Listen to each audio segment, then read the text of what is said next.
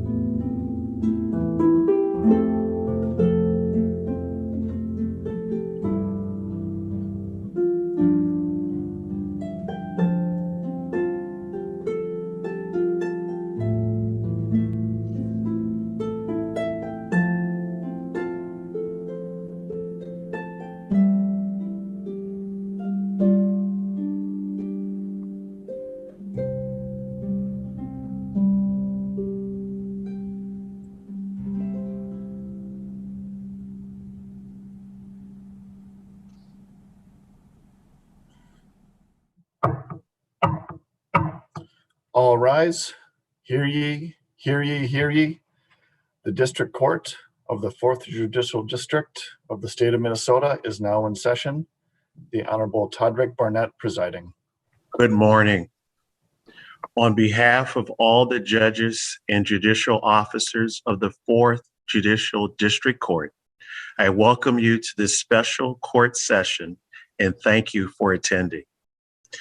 I wish we all could be in person to celebrate the lives of your loved ones, family members, and friends. Please accept this memorial as an extension of our appreciation for all of the contributions they have made to our legal community. We're sorry for your loss and we wish you peace. May this service bring you comfort. Now for the invocation, Judge Martha Holton Dimick. Thank you. May it please the court and all who are present. I'm Martha Holton Dimick, and I've been blessed with the honor of delivering this invocation. Dear Lord, hear our pleas. As we gather this day around your holy name, we call upon you to bring hope and comfort during even the toughest of times, the loss of a loved one. We grieve the passing of attorneys and judges who have devoted their knowledge, experience, and dedication to the practice of law. Life with our loved ones has changed, but it has not ended. Give us the strength to always hold them in the utmost esteem and keep them close in our hearts forever. Let us be inspired by our colleagues and celebrate their many contributions to their families, our profession, and our communities. We gather to celebrate the lives of the dearly departed. We celebrate lives filled with love, integrity, and grace, lives that are legacies to those left behind. May this not be a day of mourning, but a day of celebration for lives that touched us all in many different ways. We celebrate the memories we will always have. We know that in the days, weeks, months, and years to come, what we will be left with are the fond memories of times we shared with those we've lost. Let your presence continue to manifest itself in this venue as we gather here to mourn our beloved loved ones. Let the memories we share bring joy and healing to our hearts. We ask for your comfort to descend over our loved ones' families. May your love shine on them, and may they know the mercy and grace that only you can give. Bless them with a sense of your goodness and give them peace. Amen. Thank you, Judge Holton Dimick. This is always a special occasion because this event brings all of us together. I want to give a special thanks to all of the Hennepin County judges and other state court judges for attending today's memorial service. Also, thank you to the appellate court judges and the Supreme Court justices, as well as federal judges and dignitaries in attendance today. I wish we all were in person so we could see each other and that everyone could celebrate together. At this time, I would like to introduce Brandon Vaughn, the Hennepin County Bar Association President-elect. Thank you, Your Honor. These are the names of our colleagues and loved ones that we wish to remember today. The Honorable Russell A. Anderson, John Angel,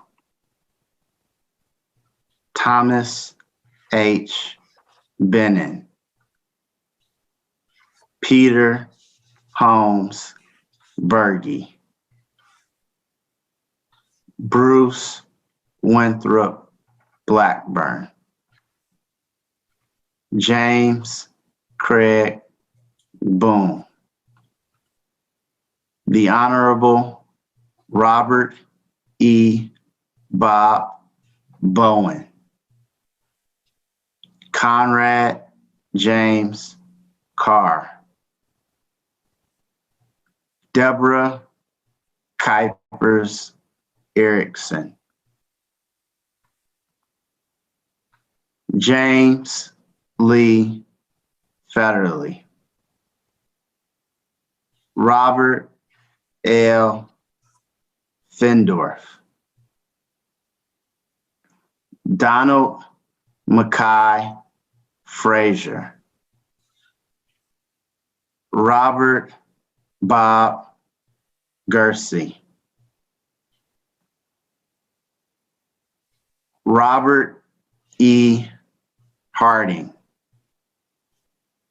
James Everett Hart, Melvin D. Hatt, Kyle Jason Hegna, Stephanie M. Helgeson, Thomas Earl Hoffman, the Honorable Doris Olson Huspeny, Jerome R. Jerry Jallo,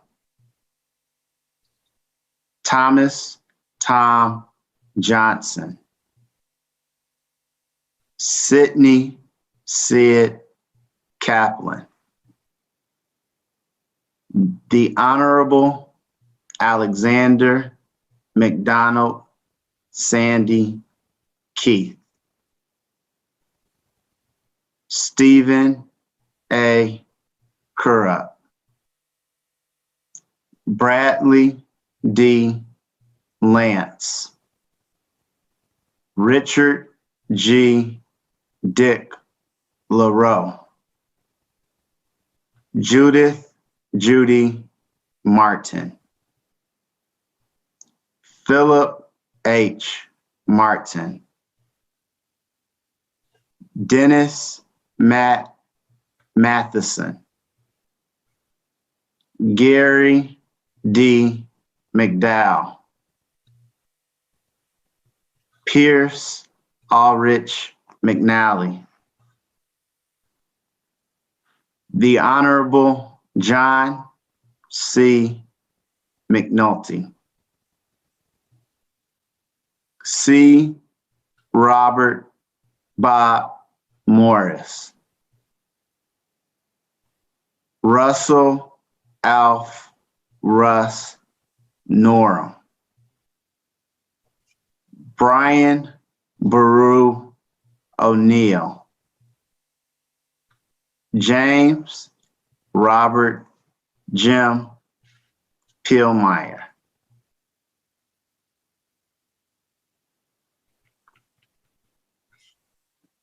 John Harold Ramstead, Larry Rappaport, James Grogan Jim Ray, Malcolm Dennis Reed, the Honorable Jerome Rice, Lawrence Michael Rockford, Jerry F. Rotman, Ralph S. Snyder, Clinton A. Schrader, Roger W. Sherman, Dale A. Simonson Sr., Norman R. Solon, Sue Stingley, Michael Allen Tracy, John P. Weinard, Jr., Gary Robert Wolf, Michael William Wright, Paul Greg Zerby, Richard Dick Ziegler. Thank you, Mr. Vaughn. At this time, I would like to introduce Esteban Rivera, the current Hennepin County Bar Association president. Good morning, Your Honor. Thank you very much. May it please the court. Today is a special day. We come together to remember and honor our friends, family members, mentors, and colleagues whom we recently lost in 2020. I can safely say that last year was a difficult year for many of us, not only because of the COVID-19 pandemic, but also because of the tragic killing of George Floyd, and the unrest that follow in our city.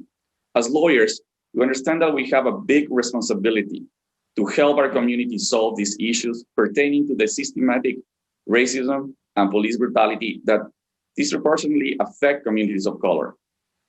The 56 exemplary colleagues that passed away last year left us a strong legacy for us to learn from and continue their work of equal justice to all. They all work in different areas of law, but each and every one of them had a strong sense of compassion and a firm belief in true justice. Without an exception, they were trailblazers. Several of them served in the judiciary and the U.S. Armed Forces. Several of them work in private practice or corporations. One Chief Justice wrote 176 opinions on a vast array of topics. He fought fiercely for the independence of the judiciary, cautioning that we must not let the heavy hand of politics come to rest on the scales of justice.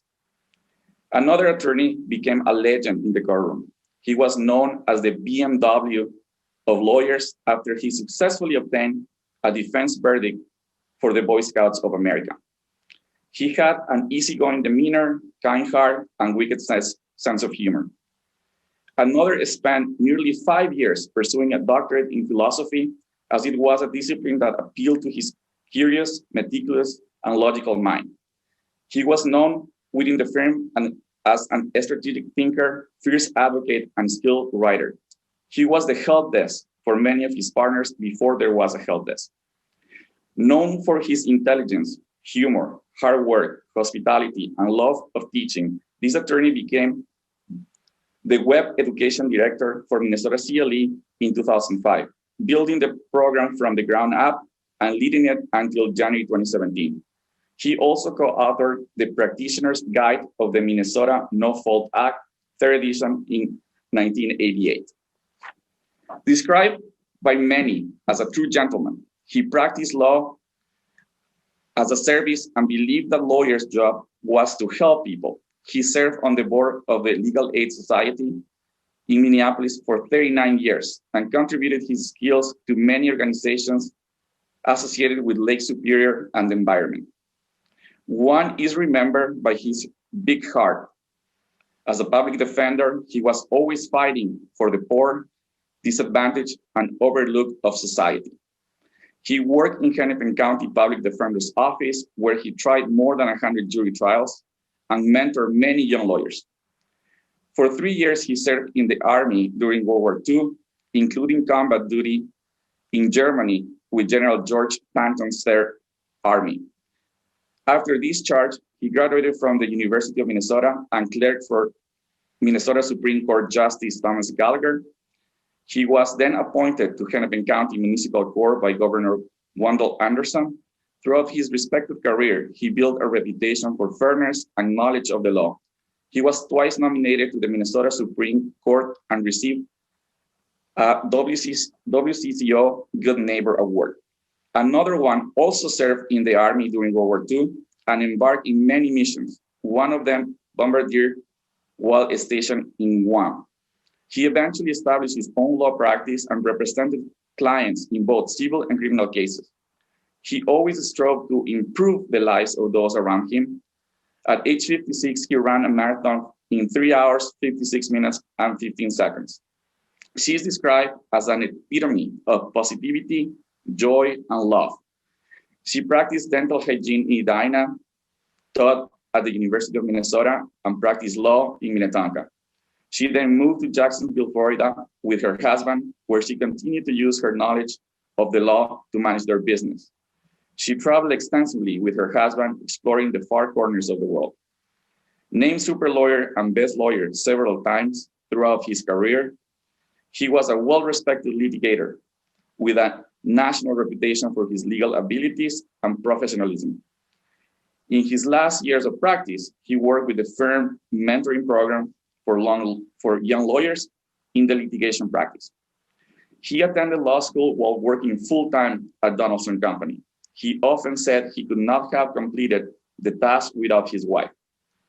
After law school, he worked 4 years at Oppenheimer and went back to the Donaldson Company, where he worked for 36 years, retiring as a senior vice president. He also served for the trustee of William Mitchell College of Law and worked with the Twin Cities Opportunity Industrialization Center and Summit Academy. He wanted others to have the opportunity he had to get education and job skills to better their lives and that of their families.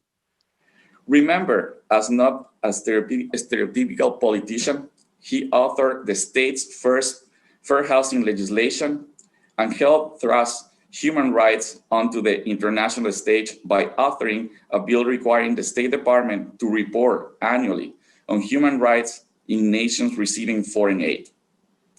He enjoyed 94 summers on St. Croix River with his kids and grandchildren. As a young lawyer, he refused an invitation to join the ABA when the ABA couldn't plausibly explain why it asked for his race on the application form. He will be remembered as a decent, caring, principled man. He was told that he was not college material. He soon became the first person in his entire family to graduate from college. He worked in the insurance industry and then at the Hennepin County Attorney's Office for 30 years. Never took life too seriously, but kept the seriousness of the job to himself. Remembered as a great storyteller of both facts and fiction, sometimes both at the same time. Born in Philadelphia, Pennsylvania, he dedicated his life to human rights and social justice. Longtime supporter of Doctors Without Borders, Oxfam, and Human Rights Watch. He tried to make the world a better place. His motto was, never take the fun out of what's not supposed to be fun. Known as a Renaissance man, he received his bachelor's and master's degree in music. But at 44 years old, he decided to become an attorney. His love for music never died. He co-founded the Gilbert and Sullivan Very Light Opera Company in Minneapolis and was its music director for many years. He also played four-hand piano with his sister. He enlisted in the U.S. Marine Corps and served his country from 1943 to 1945 during World War II. He fought in the battles of Guam and Okinawa. He did pioneer work in state planning for parents and disabled children. He was the founder of Camp Friendship and Annandale that many children with disabilities enjoy for decades. Known for his dedication to the law, he was the founding partner of the Edina firm of Wilkerson and Hegna, where he represented clients in all aspects of real estate and business litigation. He left a legacy of integrity and hard work, but he is better remembered for his zest of life and love of his family. She represented labor unions and employees involved in labor disputes. Described as a champion for social justice, she was actively involved in civil rights movement and participated in events such as the Selma Civil Rights March. She also worked on voter registration drives in the Deep South. She will always be remembered for her warm heart and ready smile. Described as an outgoing and witty, always with a great story or pun to tell. Everyone he met was instantly a friend. He an accomplished attorney in his 36-year career. He also taught part-time at William Mitchell College of Law and the University of St. Thomas School of Law. He had a passion for mentoring the next generation of legal professionals and was frequently recognized for his work by being one of the top banking and financial services attorneys in the United States. A trailblazer for female attorneys. She was the only female in her 1970 William Mitchell Law School class, where she graduated near the top of her class. She became one of the founding 12 members of the Minnesota State Court of Appeals. She excelled as a mentor, both professionally and in her personal life. She is leaving a legacy of thousands of lives she touched, be it through professional contacts, personal relationships, citations of opinions she authored, and through the incredible lifelong example of generosity, conscientiousness, and kindness she embodied. Another had a successful 30-year career with the Minneapolis City Attorney's Office. He retired at age 57, which allowed him to set a lofty goal of visiting every country, 196 in the world, which he accomplished by the age of 80. He was also known for jogging around Lake Harriet every Monday, Wednesday, and Friday, even if it was 100 degrees or 10 below. His life was devoted to doing good works, sometimes through public roles, but more frequently, in fact, every day of his life, through personal acts of human kindness. In 1978, he ran for county attorney. He knocked on every door in Hennepin County, twice defying the odds of winning. He then turned his focus to racial disparities within the justice system. He built one of the most prominent and well-respected state planning practices in Minnesota after prominent law firms refused to hire him based on his Jewish faith. He liked to say he advised with his head and heart. An active member in his community, he served on the boards of several organizations to give back to the community that welcomed him and gave him an opportunity. Another served in all branches of the Minnesota government over his long career as a state senator, Minnesota's lieutenant governor, and as an associate justice and then chief justice of the Minnesota Supreme Court. During his tenure as chief justice, he completed unification of the trial bench, integrated new technology into courtrooms, and promoted greater diversity on the bench. This attorney started as a drug clerk, shoe salesman, on the road repair crew to put himself through college. He became a skilled trial lawyer with practice focused on insurance litigation. He tried cases throughout the nation, traveling most weeks. His wife never let him forget that he missed the birth of his daughter while trying and winning a case in California. More than being a lawyer, he was a husband and a father. This attorney is especially remembered for his love of family, adventurous spirit, and generosity. He was an avid skier, surfer, and runner who completed several marathons. His favorite race was the 2018 through the vineyards of Sauvignon-les France. He could say more with just a twinkle of his eye than most convey in 40 pages, said one of his colleagues about this attorney. He is profoundly remembered by his colleagues. His consistency and competence in every situation were exceptional. Not every attorney is inspiring, but he was. And he did not do it with noise, but with intelligence and grace. I never saw him display anger or disparage others, but what gives of insight into the good, bad, the ugly of clients and life he possessed, wrote one of his colleagues about him. Another attorney is remembered as kind, curious, incredibly intelligent woman, and fiercely independent. She started law school after her divorce and while raising 3 kids.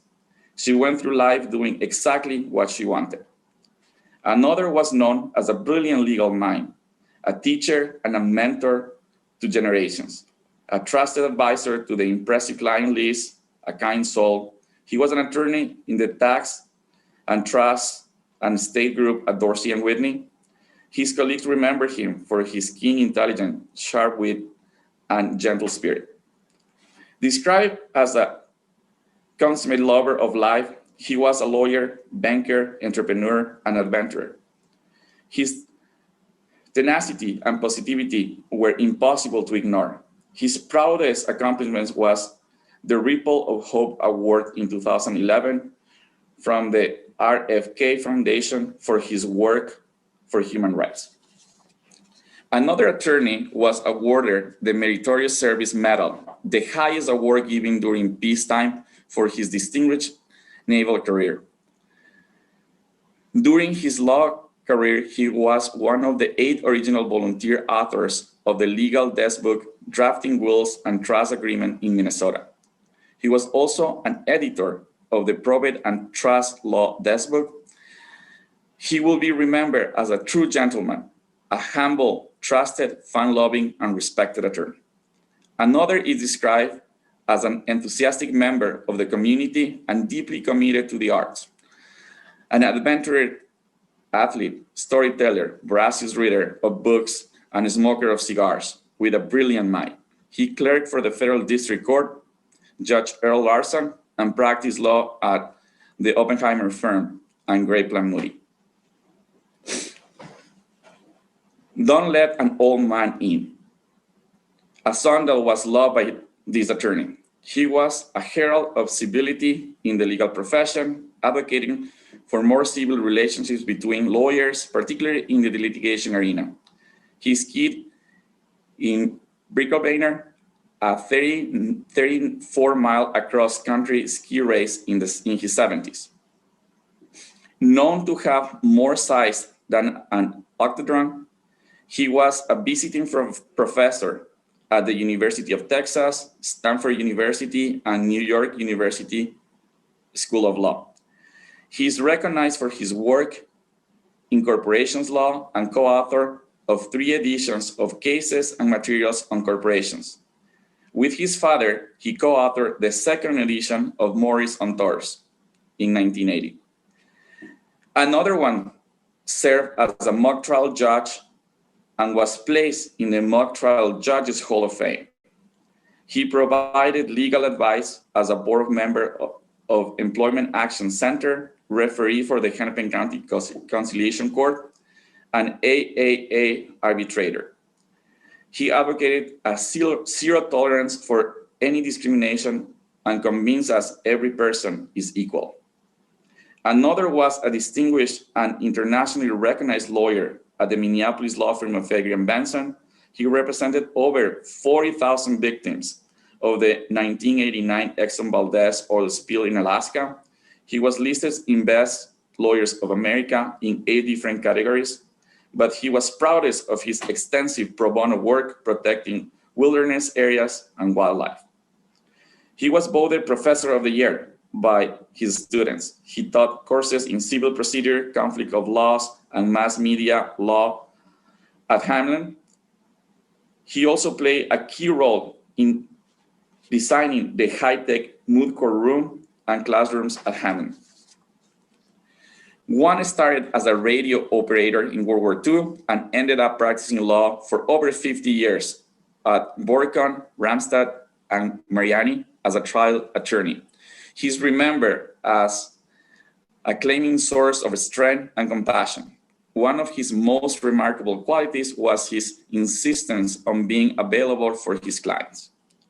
Another one, clerk for the U.S. District Court Judge Alsop, worked at Fager and Benson, was a partner at Briggs & Morgan, and later worked at Wells Fargo. He's remembered by his sharp, dry, and dark sense of humor, with keen interest in hockey, his enduring fondness of Bob Dylan, and his steadfast love for his children. Another one started working in the office of the General Counsel at 3M, went on to become General Counsel of Fabritech Corporation, and then Vice President and General Counsel of Network Systems Corporation. He's remembered for his incomparable energy, enthusiasm, and infectious sense of humor. He served as a county district judge for 8 years. He was passionate about his family, politics, law, helping the poor, history, books, and avid baseball fan. He had a deep sense of compassion and empathy.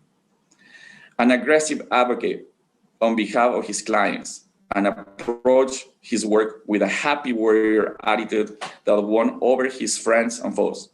He worked at Jardine Logan and O'Brien for 34 years. He was a strong believer in community service and access to justice. He served for 6 years on and chaired the Minnesota Supreme Court Legal Services Advisory Committee. He was the founder of the ASAP's mediation component, where he recruited other volunteers and mediated cases of legal aid, and the Minnesota Department of Human Rights. He had a long, distinguished, and varied legal career. For the most part, he practiced business law, specializing in tax and real estate. He was appointed the Special Assistant Attorney General by Minnesota Attorney General Walter Mondale. He also enjoyed volunteering his time and served as a municipal conciliation small claims court referee. As a lawyer's lawyer, his peers often sought him to pick his brain. He helped create the first mandatory interest on lawyers' trust account, wherein interest earned on all lawyers' trust accounts in Minnesota goes to a fund, Legal Services for Low-Income Minnesotans. While MSBA president, he helped create the first legislative funding for civil legal services by assessing a filing fee surcharge for every case filed in a Minnesota District Court. Since the inception of these two programs, approximately $200 million have been raised to support legal services for low-income Minnesotans. He was a business broker, a real estate investor and developer, a farmer, operated a landscaping company, and managed a prefab home business, among other things. He is remembered as a kind, caring man and devout Catholic who volunteered many hours of his church and food shelves. He will be remembered for his generosity, dry sense of humor, love of his family, and his ability to nap everywhere. Another attorney used his law degree to defend Navy personnel who found themselves in legal trouble while overseas. He once defended a sailor who, while out drinking, accidentally started a fire that burned down a significant portion of a town in Japan. Another one will be remembered and miss his wealth of knowledge, sense of humor, guidance, and compassion. He retired from Nash Finch as Senior Vice President, Secretary, and General Counsel in 2002 after 23 years of service. She was highly respected employment attorney and mediator, named Minnesota Super Lawyer many times, and named Attorney of the Year in 2018. She was a pioneer in the field of mediation. She will be remembered not only as an extraordinary attorney, but also as an amazing mother, grandmother, friend, and law partner. Another one started teaching junior high math and science in California. He eventually decided to attend the University of Minnesota Law School and ended as a managing director at Kelly Law Register. He had a dynamic personality and sense of humor, which will be dearly missed. He is remembered as a quiet but engaged in the world, with a special interest in public policy and politics. He joined the Arts Cyphers Workers' Compensation Practice in 1975 and continued representing the injured workers until he retired in 1997. He was a volunteer bike repair guy in his winter home in Destin, Florida, where most of his clients were homeless men whose bike was their only transportation. Another one was lead counsel for 19 nuclear submarines in Pearl Harbor while serving as a Navy JAG officer. He then built his own successful criminal defense practice because he wanted to fight injustice and believed that everyone deserved fairness in our legal system. One lawyer was drafted by the Green Bay Packers in the NFL draft. He was the chairman and CEO of Super Value and was committed to service and play. While he had many professional accomplishments, his biggest accomplishment was his family. Another lawyer was married for 64 years and wrote a novel called The Grass, which was published in 2009. He had a tenacious tendency to make his own luck with hard work and perseverance. He practiced tax law for more than a decade and then worked at the Minnesota Attorney General's office. He's described as an outgoing conversationalist, endlessly curious, and a man who could talk to anyone and get others to talk about themselves. He was an estate planning attorney, and after retiring, he served as a guardian ad litem, as well as a pro bono counsel for several clients who could not afford legal services. We will miss these 56 talented and caring attorneys. We will miss their contributions to society and the law. They will be missed by their families and friends dearly. They left this earth, but their legacy is still here with us. We should honor their legacy and emulate their exemplary careers and contributions, and continue to make this a more fair and equal society for all, as they intended. Thank you, Your Honor. Now I'm going to introduce the next speaker, Justice Natalie Hudson. Justice Natalie Hudson joined the Minnesota Supreme Court in 2015 by appointment of Governor Mark Dayton. She was elected in 2016, and her current term expires January 23. Justice Hudson served on the Minnesota Court of Appeals from 2002 to 2015. Prior to her appointment to the bench, Justice Hudson was a staff attorney with Southern Minnesota Regional Legal Services, an associate attorney at Robbins Kaplan, assistant dean of students at Hamline University School of Law, St. Paul City attorney, and assistant attorney general in the Criminal Appellate Division of the Office of the Minnesota Attorney General. Justice Hudson is a member of several legal associations and serves on the board of advisors for the University of Minnesota Law School. Thank you very much. I know it was long. Thank you. Thank you, Mr. Rivera, for that kind introduction. Good morning, and may it please the court. I am humbled by the opportunity to share a few thoughts on this special occasion. But first, I want to extend a special welcome to my fellow judges, to the members of the bar, and especially to the families and friends of those whose lives we have gathered to honor. Today, we take a moment as a profession to pause, to reflect, and to remember our beloved colleagues who we have lost this past year, including two former justices of the Minnesota Supreme Court, Chief Justice Russell Anderson and Chief Justice Alexander Sandy Keith, both of whom faithfully served this state with honor, authenticity, integrity, and compassion. To those who remain, the death of a loved one or a colleague requires reconciliation to a new reality because the physical, tangible connection is gone. But they live on in our shared memories, and those memories allow us to let go without forgetting. Thus, we come together to comfort one another, to share stories, to laugh, to cry, to bear witness to the indelible impact that these amazing individuals had on our lives and our community. Reflecting on today, I kept returning to one question: what is it that binds us as a profession? What is the through line connecting all these persons from all different walks of life that ultimately led them to a career in the law? And while I'm sure that the answers vary from person to person, deep down, I think each and every member of the bar is drawn to the profession, at least in part, by an innate desire to serve others. Service to others. It is the foundational principle of being a lawyer. It is part of what makes this profession so unique and why I believe that the practice of law is such a noble calling. Author Paul McElroy rightly notes that what belongs to us is not as important as to what we belong.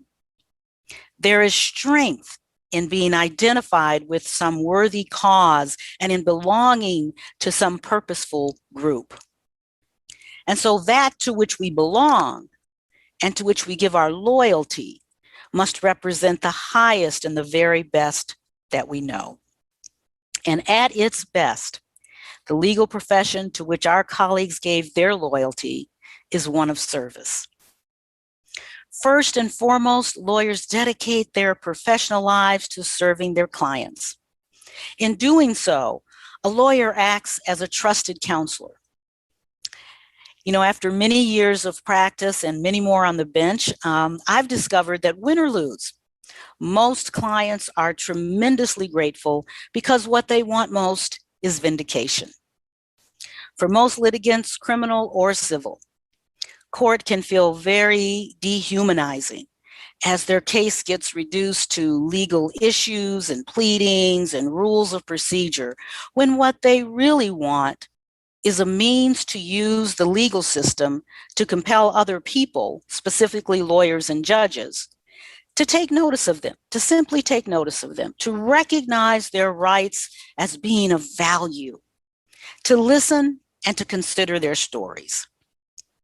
Thus, lawyers give voice, if you will, to their clients' stories in a language, the language of the law, that their clients cannot. The colleagues and loved ones that we honor today spent their careers giving voice to their clients, be that in a marital dissolution, criminal charges, immigration, or a multi-million-dollar merger. I'm reminded of an oral argument that took place several years ago where an attorney was arguing on behalf of a man who had been terminated from his job. And as the oral argument began, the attorney turned around and acknowledged her client, who was in the courtroom accompanied by his wife. And as I looked at them from the bench, I was struck by how the husband and wife were literally clinging to one another, anxious about the proceeding that was likely foreign to them and whose result would drastically impact their lives. And it occurred to me that, like most clients, they had pinned all their hopes and dreams on their attorney. They were relying on her to convey their legal position, of course, but they were also relying on her to convey their broader story and thereby acknowledge and affirm their humanity. America is a society based on the rule of law and justice. And as lawyers, our loved ones use their unique skills with every client they served to make that ideal of justice a reality. But lawyers serve more than just their clients. They serve the community and the interests of justice more broadly. Albert Einstein once said that those who have the privilege to know also have the duty to act. Most, if not all, of the attorneys we honor today use that privilege of knowing to act in favor of the common good. They devoted countless hours to pro bono work, thereby ensuring that high-quality legal representation and access to justice was not limited solely to those of means. Through their pro bono work and leadership positions in nonprofit organizations, these attorneys and judges used their unique skills to effect positive change in their local communities, all the while exhibiting honesty, integrity, and compassion. They were the very best of our profession, and we were lucky to call them colleagues. And finally, those we honor today are defined by the legacies that they left behind in their personal lives. They were loving husbands and wives, devoted partners, fathers and mothers, brothers and sisters, lifelong friends, pillars of their community. Our time with them was precious, and we are better for it. And this memorial would be incomplete without also recognizing the loved ones who supported our fellow colleagues all along the way. It is an unfortunate reality that a lawyer's commitment to serving others at times comes at the expense of those nearest and dearest to them, whether it be a late night at the office, an abbreviated vacation, or an impromptu work call. To that end, on behalf of the entire legal community, thank you. Thank you for sharing your loved one with us.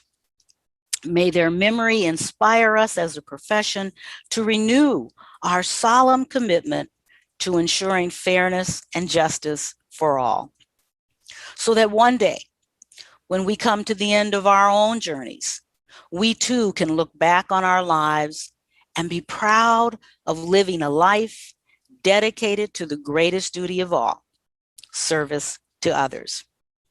Thank you so very much.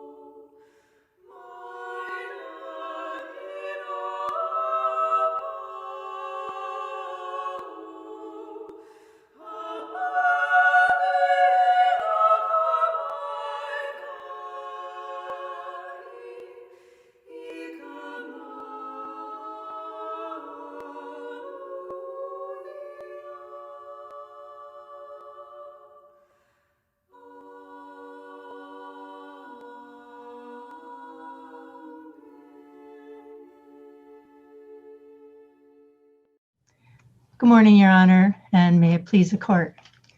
On behalf of the Hennepin County Bar Association, the staff, and the Bar Memorial Committee, it is my honor to move that the court accept into its archives this 2021 Bar Memorial booklet.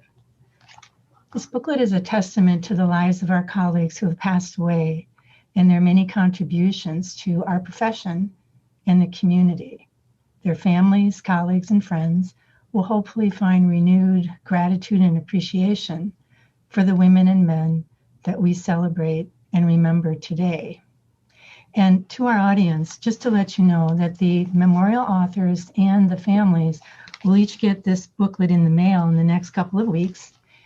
And anyone else who would like a copy can contact the Hennepin County Bar Association. Sheila Johnson there on staff can send one out to you.